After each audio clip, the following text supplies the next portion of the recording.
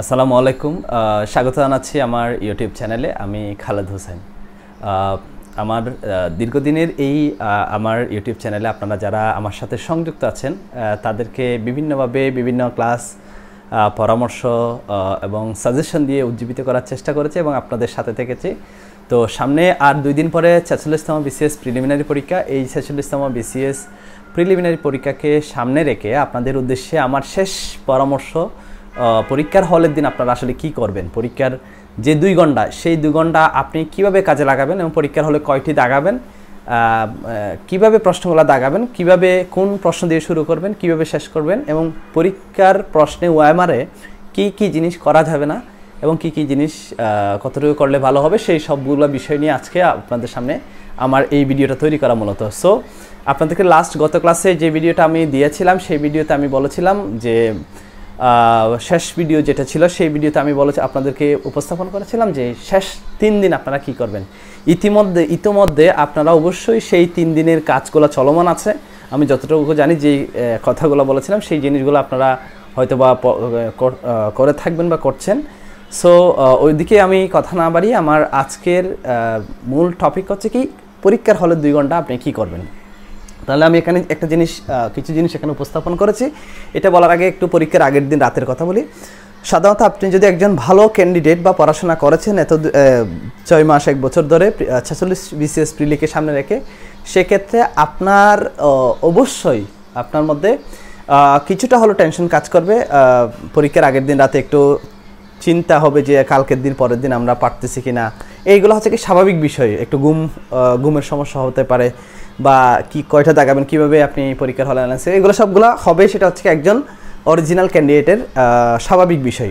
এটা নিয়ে কোনো হেডেক হওয়ার দরকার নেই। পরের দিন আপনি একটু আর্লি ঘুমানোর চেষ্টা করবেন, একটু আর্লি ফোন মোবাইল স্ক্রিন থেকে একটু দূরে থাকবেন, একটু 9টার দিকে 10টার দিকে ঘুমাই যাবেন, একটু আর্লি ঘুমাই, একটু আর্লি ওঠার চেষ্টা করুন। ওটা নামাজ পড়ে সুন্দর করে আপনার পরীক্ষার দিন আপনি আপনার মতো করে প্রিপারেশন নিয়ে একটু আর্লি পরীক্ষার হলে চলে যাবেন। পরীক্ষা হচ্ছে কি 10টা থেকে 12টা, স্বাভাবিক নর্মালি 10টা থেকে 12টা পরীক্ষার সময়, কিন্তু আপনাকে মিনিমাম 9টা বাজে পরীক্ষার হলে প্রবেশ করা হবে। সেক্ষেত্রে আপনার আধা ঘন্টাকে আপনাকে ওএমআর দেওয়া হবে এবং ওএমআর দেওয়ার সময় আপনাকে একটা জিনিস খেয়াল রাখতে হবে। ওএমআরের যে রেজিস্ট্রেশন নাম্বার, অঞ্চল নাম, এই কিছু জিনিস আছে, এই জিনিসগুলো একটু ভালোভাবে দেখবেন, দেখে দাগাবেন এবং একটা পরামর্শ আছে, আপনার একটা নির্দেশনা আছে, সেই নির্দেশনাটা একটু পড়বেন। এটা একটা বিষয়। আরেকটা বিষয় হচ্ছে কি, একটা জিনিস সবচেয়ে বেশি যেটা অনেকেই বলে না, সেই জিনিসটা খেয়াল রাখবেন। সেটা হচ্ছে কি ওএমআরে আপনাদের যখন যে প্রশ্নগুলো যে থাকে ওএমআর নাম্বারগুলো 1 2 সিরিয়াল 3 4 5 6 7, এই যে 1 থেকে 200 নম্বরের যে ওএমআরের যে সিটটা আছে, ওএমআরের যেই ফর্মটা আছে, সেটাতে এই যে নাম্বারগুলো থাকে, নাম্বারগুলোর পাশে ওএমআরের পাশে ছোট ছোট কিছু কালো কালো দাগ থাকে। ওএমআরের একেবারে বাম পাশে কালো কালো এরকম ছোট ছোট একটা লম্বা, একটা ছোট, একটা লম্বা, একটা এরকম একটা কিছু কালো কালো দাগ থাকে। অবশ্যই খেয়াল রাখবেন এই কালো দাগগুলোতে যাতে আপনার কলমের কোনো ধরনের কালির দাগ এই জায়গাগুলোতে না পড়ে। কারণ এই দাগগুলোতে যদি আপনার কলমের কালির দাগ পড়ে, সেক্ষেত্রে ওই পুরো ওএমআরটা বাতিল হিসাবে গণ্য হবে এবং এটা মেশিনে কাউন্ট করবে না, এটা বাতিল হিসেবে গণ্য হবে। সো ওই জিনিসটা খেয়াল রাখবেন। এবং যখন দাগানো শুরু করবেন, প্রশ্ন পেয়ে যখন আপনাকে প্রশ্নটা দেয়া হবে, তখন খুব ঠান্ডা মাথায় আগে প্রশ্নটা দেখবেন। প্রশ্নটা দেখে একটু দেখবেন, সিরিয়াল একটু দেখে আসবেন। আগে প্রথমে এক নজর দেখবেন পুরো প্রশ্নটার ধরন কেমন, প্রশ্নটা কি সহজ হয়েছে নাকি কঠিন হয়েছে নাকি মাঝারি ধরনের হয়েছে, একটু দেখবেন। যদি অনেকেই বুঝতে পারে, অনেকেই প্রশ্নের ধরন বুঝতে নাও পারে, কিন্তু যদি আপনি অরিজিনাল ক্যান্ডিডেট হয়ে থাকেন তাহলে আপনার 40% 50% প্রশ্ন আপনি ইজিলি পারবেন, আর 10% 20% নাম্বার 30% প্রশ্ন আপনাকে একটু মাথা খাটিয়ে অ্যানালাইসিস করতে হবে। এখন প্রশ্ন যেমন হোক, প্রশ্ন যতই সহজ হোক, যত কঠিন হোক, যতই মাঝারি হোক, প্রশ্ন দাগানোর সময় আপনাকে কোন জিনিসগুলো খেয়াল রাখতে হবে সেটার বিষয়ে এখন একটু উপস্থাপন করি। সেটা হচ্ছে কি, প্রশ্ন দেওয়ার পর আপনি সেট করে গিয়েছেন যে আপনি আর্টস ব্যাকগ্রাউন্ডের স্টুডেন্ট, আপনি চিন্তা করছেন কি আমি বাংলাদেশ বিষয়গুলি দিয়ে আমার এই প্রশ্ন শুরু করব। তাহলে অবশ্যই আপনি সহজ, যেটা আপনার কাছে স্ট্রং জোন, সহজ যেটা, সেই সাবজেক্ট দিয়ে আপনি আপনার পড়াটা শুরু করেন। বাংলাদেশ বিষয় বলি, আন্তর্জাতিক বিষয় বলি, ভূগোল, এগুলো দিয়ে শুরু করেন আপনি। আর যদি আপনি সায়েন্সের স্টুডেন্ট হন, আপনি ওই যে বিজ্ঞান, হ্যাঁ বিজ্ঞান, আইসিটি এগুলো দিয়ে শুরু করেন। আর বা অন্য সাবজেক্টে যারা আছেন, ধরুন আপনি বাংলার স্টুডেন্ট, তাহলে আপনি বাংলা দিয়ে শুরু করেন, অথবা আপনি ইংলিশের স্টুডেন্ট, আপনি ইংলিশ দিয়ে শুরু করেন। অর্থাৎ আপনার স্ট্রং জোন যেটা আপনি ভালো পারেন, সহজ মনে হয়, সেই সহজ জিনিসটা আপনি আগে শুরু করেন, যাতে আপনার কনফিডেন্স লেভেলটা গ্রো হয় যে এই 2 ঘন্টা আমি পারবো, তাহলে এই জিনিসটা করবেন। এবং আপনি সায়েন্সের হন বা আর্টসের হন বা কমার্সের হন, যেই সাবজেক্টের হন না, একটা পরামর্শ সবসময় থাকবে, সেটা হচ্ছে কি ম্যাথ এবং মানসিক দক্ষতা, এই 2টা জিনিস সবসময় সবার লাস্টে ধরবেন। প্রথমত হচ্ছে কি আপনি সবার বাকি 8টা সাবজেক্ট দাগানোর পর সবার শেষে আপনি মেন্টাল এবিলিটি দাগাবেন, তার শেষে আপনি কি দাগাবেন? ম্যাথ দাগাবেন। এইভাবে আপনি আপনার এটা স্ট্র্যাটেজিটা সাজাবেন। একেবারে সবার শেষে ম্যাথটা অ্যান্সার করবেন, মেন্টাল এবিলিটি তারপর ম্যাথ, এভাবে শেষ করে পুরোটা দাগাবেন। এখন দাগানোর সময় আপনি কীভাবে করবেন? যখন আপনি প্রশ্ন দাগাবেন তখন আপনাকে যে কাজটা করতে হবে, যেটা আপনি পারেন 100% যেটা পারেন সেটা ওএমআর দাগাবেন, সাথে প্রশ্নে এরকম রাইট চিহ্ন দিবেন। ওএমআর দাগাবেন, এরকম রাইট চিহ্ন দিবেন, ওএমআর দাগাবেন, এরকম রাইট চিহ্ন দিবেন। যে প্রশ্ন আপনি জীবনে চোখে দেখেন নাই, আপনার পক্ষে পারা সম্ভব না, আন্দাজে মারলেও হওয়া সম্ভব না, আপনি জীবনে চোখে দেখেন, আজকে প্রথম দেখছেন, এই প্রশ্ন সরাসরি প্রশ্নের পাশে ছোটো করে এরকম ক্রস চিহ্ন দিবেন। অনেকেই প্রশ্ন করতে পারেন, স্যার প্রশ্ন কি দাগানো যায় কি না? দাগানো যায় না, আপনি পেন্সিল দিয়ে ছোটো ছোটো করে একটু দাগ দিবেন, ছোটো ছোটো করে, যাতে আপনি বুঝতে পারেন, কেউ বুঝতে পারবেন না। ছোটো যেটা আপনি এনশিওর করেছেন, যেটা দাগিয়েছেন সেটা রাইট চিহ্ন। যে প্রশ্ন জীবনে পারেন না সেটা ছোটো করে এরকম ক্রস চিহ্ন দিয়ে দিবেন। এটা গেল। থার্ড বিষয় হচ্ছে কি, যেই প্রশ্ন আপনি 50% পারেন, 50% পারেন না, অর্থাৎ 2টা অপশন না আর 2টা অপশন হ্যাঁ, আপনি জানেন যে এই 2টা অপশন না, এই 2টা অপশনের মধ্যে আছে, এইরকম প্রশ্নগুলো আপনি একটু সার্কেল করে রাখবেন। তাহলে আপনাকে যে কাজটা করতে হবে, সেই কাজটার মধ্যে এই ধরনের কাজটা করবেন। যে প্রশ্ন আপনি পারেন সেই প্রশ্ন আপনি রাইট চিহ্ন দিবেন, সাথে ওএমআর দাগাই ফেলবেন। তারপর হচ্ছে কি, যে প্রশ্ন পারেন না, কোনোদিন জীবনে চোখে দেখেন না, সেটা ক্রস দিয়ে দিবেন ডিরেক্ট। এবং যেই প্রশ্ন আপনি মাঝামাঝি পারেন, 2টা অপশন 50% সেই প্রশ্ন আপনি এরকম সার্কেল করে রাখবেন। তাহলে 1 থেকে 200টা প্রশ্ন যখন আপনি কি করবেন, দাগায় আসবেন, তখন যদি আপনি মোটামুটি ভালো মানের স্টুডেন্ট হন, আপনি মোটামুটি পাস করার মতো আপনার যোগ্যতা রাখেন, তাহলে আপনি মিনিমাম এই মধ্যে 200টা প্রশ্নের মধ্যে আপনি মিনিমাম 90 থেকে 100টা প্রশ্ন আপনি এরকম রাইট চিহ্ন দিয়ে ফেলছেন, মানে পারছেন। রাইট চিহ্ন দিয়ে 100টা প্রশ্ন আপনার হয়ে যাবে, যদি প্রশ্ন মাঝারি মানের হয়ে থাকে। তারপর এইরকম ক্রস চিহ্ন দেওয়া প্রশ্ন পাচ্ছেন আপনি, ধরেন 30টা মতো, মানে যে প্রশ্ন আপনি জীবনে চোখে দেখেন নাই, 30 থেকে 25টা এরকম। কিন্তু এরকম গুল দেওয়া প্রশ্ন পাচ্ছেন আপনি আরও 40টা মতো, গুল দেওয়া প্রশ্ন পাচ্ছেন আপনি আরও 40টা বা 50টা মতো। 50টা পাবেন না, 40টা বা 30টা, 35টা এরকম পাবেন।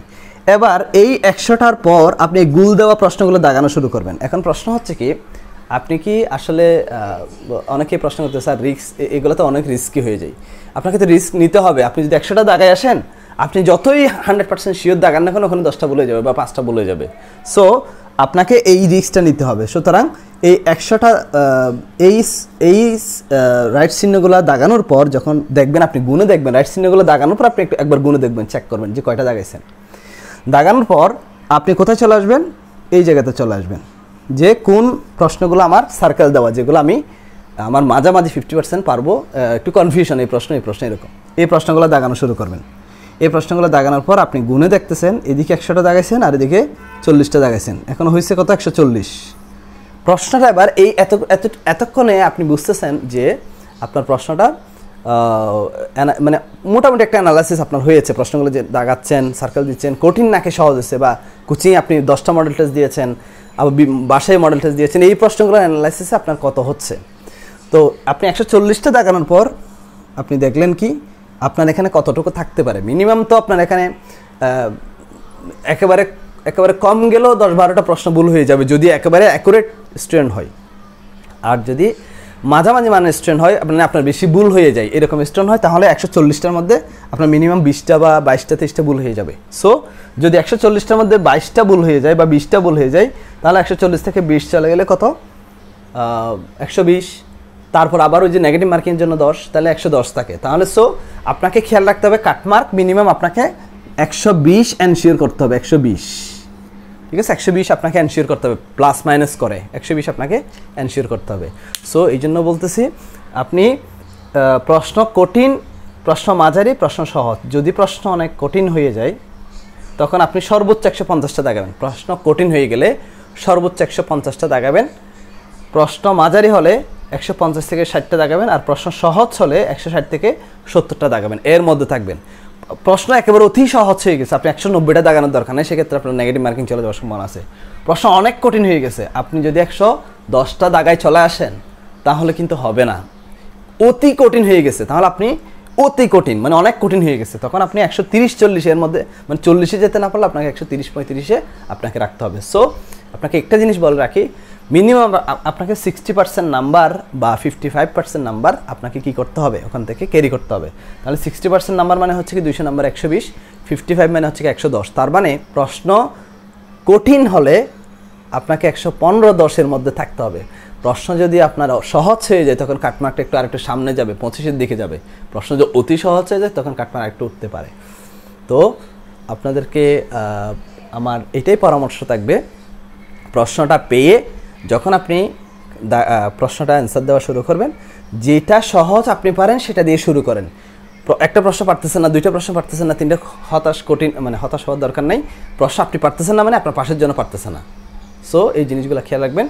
তাহলে আরেকটা বিষয়ে বলি, 140টা প্রশ্ন দাগানোর পর ধরেন আপনি 100টা দাগানোর পর আবার এইরকম 40টা প্রশ্ন দাগাইছেন, কিন্তু আপনার মনে হচ্ছে প্রশ্নটা মাঝারি, তাহলে আপনাকে আরও 10টা প্রশ্ন দাগাতে হবে। সেক্ষেত্রে কোন প্রশ্নগুলো দাগাবেন? তখন আপনি প্রশ্ন দেখবেন 2-4টা ম্যাথ আপনি মিলাইতে পারতেছেন না, কিছুক্ষণ সময় দিলে হয়তো বের করতে পারবেন। 2-3টা মানসিক দক্ষতা আপনি এখনও বের করতে পারেন না, একটু সময় দিলে মিলাতে পারবেন। ওইগুলোতে একটু টাইম দিবেন, হ্যাঁ, ওই বিষয়গুলোতে একটু টাইম দিবেন। আর পুরো প্রশ্নের মধ্যে 2-4টা প্রশ্ন যদি আশেপাশের কাছ থেকে হেল্প নেন, মনে হয় যে আপনি যেটা ধারণা করতেছেন এই প্রশ্নটা অ্যান্সারটা হবে, তাহলে এরকম করে আপনি আর 10টা প্রশ্ন রিস্ক নেবেন।